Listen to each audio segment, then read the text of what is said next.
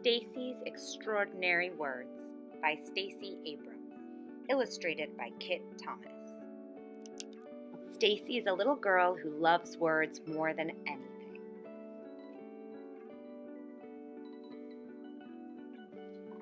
To my first storytellers, Mom and Dad. Stacy loved words. She loved to read and write and say them. She adored fun words, long words, unusual words, words with wonderful histories and weird combinations. Whenever Stacy learned a new word, it was like making a new friend.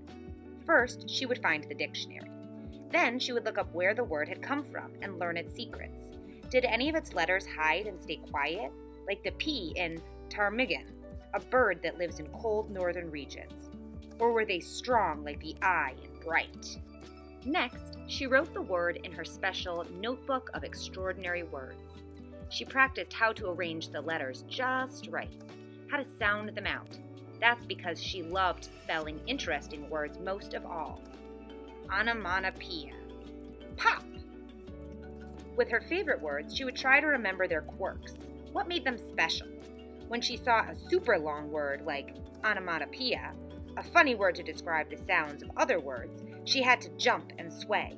Words like duckling made her grin. Persnickety tickled her tongue. Sometimes Stacy thought that words understood her better than people did. When she sat by herself during recess, they never teased her about being quiet, or about being clumsy when she fell, or awkward when the joke in her head came out wrong. When she read books under the covers, words never told her to go to sleep. Words understood why she was grumpy or anxious. In fact, words helped her explain what she was feeling, if only to herself. One day, Stacy's teacher, Mrs. Blakesley, asked her to wait after class. She squirmed in her seat because she was afraid. Petrified, another way to say really, really afraid. Usually, the teacher only kept a student after class because of a blunder, a mistake. Stacy! Mrs. Blakesley called Stacy to her desk, and she returned her spelling test. A big red 100 sat at the top of the page. The teacher asked her, "Do you know what a spelling bee is?" "A really smart insect?" Stacy joked. The teacher smiled. A spelling bee is a contest where students compete to spell as many words correctly as they can. I would like for you to participate. Stacy couldn't believe it. Who else will be there? I am nominating you and Jake. The spelling bee is next week. Stacy's excitement suddenly evaporated. Jake was not her friend. He was a bully who knew words too. Just yesterday, he had used a complicated word that made Suki cry. Last week, she heard him say something cruel to Zivko about his accent. Stacy thought it was stupendous that Zivko knew words in 2 different languages. Stacy knew as many words as Jake did. She wanted to say something when he said mean things to her friends, but she was intimidated, scared, because sometimes he said hurtful things to her too. She wished she had used her clever words to help Suki or Zivko or herself by speaking up. Perhaps at the spelling bee she would be braver. At the spelling bee, she would not be silent. All week long, Stacy studied her spelling words from school and the ones she kept in her notebook. Still, the spelling bee felt as far away as the longest word she had ever seen, sesquipedalian, a fancy way to describe words with lots of syllables. The days of the week were monotonous, torturous, and sluggish. Every hour felt longer and longer. Stacy wished for the week to whisk its days away. Finally, the morning of the spelling bee arrived. Stacy walked into the county library with her mother, holding her hand tight. Mama gave her a big hug and whispered into her ear, "Just do your best. Your dad and I are very proud of you." Stacy followed her teacher to the room where the other students waited until it was time to go. Then they went onto a stage. The announcer explained the rules. Kids stepped up to the microphone one by one to get their word. If they spelled it right, the announcer told them so. But if they made a mistake, a bell would ring. The student would have to leave the stage. No do-overs. Stacy's turn finally came. Her stomach ached with nervous energy, but she was ready. Say the word dither. Sound it out. Dither. Spell it. D-I-T-H-E-R. That is correct. The announcer called on the next student, and the next.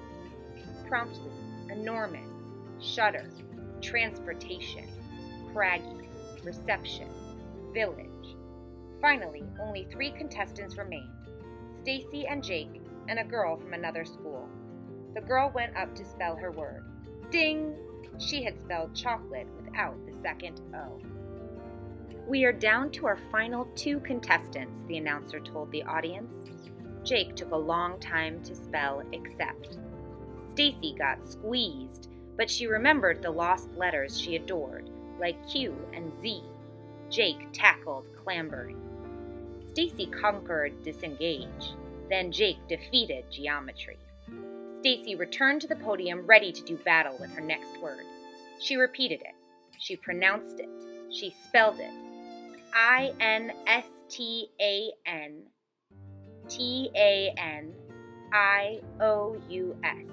Instantaneous. As she waited for the announcer, the bell dinged. I'm sorry, that is incorrect. The proper spelling is...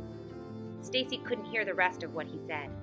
Tears filled her eyes, but she stayed on stage like a good sport as Jake got his trophy and she received her second place ribbon.